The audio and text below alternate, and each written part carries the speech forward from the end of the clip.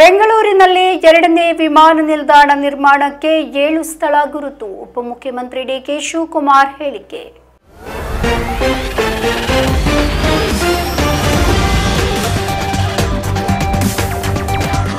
ಸ್ಥಳ, ನೀರು, ಸಂಪರ್ಕ ವ್ಯವಸ್ಥೆ ಸೇರಿದಂತೆ ಎಲ್ಲಾ ರೀತಿಯ ಅನುಕೂಲಗಳನ್ನು ನೋಡಿಕೊಂಡು ಎರಡನೇ ವಿಮಾನ ನಿಲ್ದಾಣ ನಿರ್ಮಾಣ ಮಾಡಬೇಕಾಗಿದೆ. ಈ ಕಾರಣಕ್ಕೆ 8 ಸ್ಥಳಗಳನ್ನು ಗುರುತಿಸಲಾಗಿದೆ ಎಂದು ತಿಳಿಸಿದ್ದಾರೆ. ಎರಡನೇ ಅಂತಾರಾಷ್ಟ್ರೀಯ ವಿಮಾನ ನಿಲ್ದಾಣ ಸ್ಥಾಪನೆಯ ಕುರಿತು ವಿಧಾನಸೌಧದಲ್ಲಿ ಉನ್ನತ ಮಟ್ಟದ ಅಧಿಕಾರಿಗಳ ಸಭೆಯನ್ನ ನಡೆಸಿ ಮಾಧ್ಯಮದವರನ್ನ ಉದ್ದೇಶಿಸಿ ಮಾತನಾಡಿದ ಉಪಮುಖ್ಯಮಂತ್ರಿಗಳು, ಕೆಂಪೇಗೌಡ ಅಂತಾರಾಷ್ಟ್ರೀಯ ವಿಮಾನ ನಿಲ್ದಾಣ 3ನೇ ಅತಿದೊಡ್ಡ ನಿಲ್ದಾಣವಾಗಿದೆ.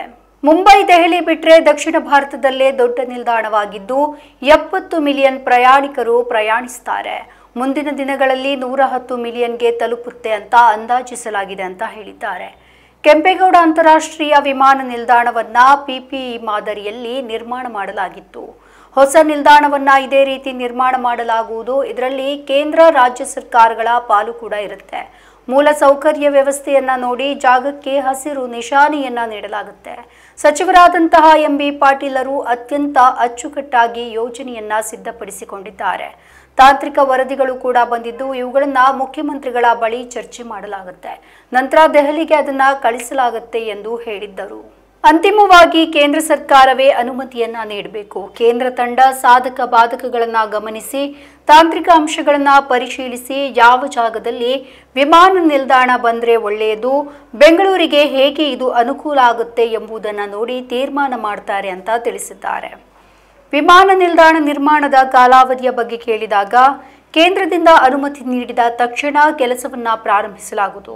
2035ರ ವೇಳೆಗೆ ಕಾರ್ಯಾಚರಣೆ ಮಾಡುವಂತೆ ನಿರ್ಮಾಣ ಮಾಡಲಾಗುವುದು. ಈ ಮೊದಲು HAL ಮತ್ತು ಮೈಸೂರಿನಲ್ಲಿ ನಿರ್ಮಾಣ ಮಾಡಲು ಅವಕಾಶ ನೀಡಲಿಲ್ಲ.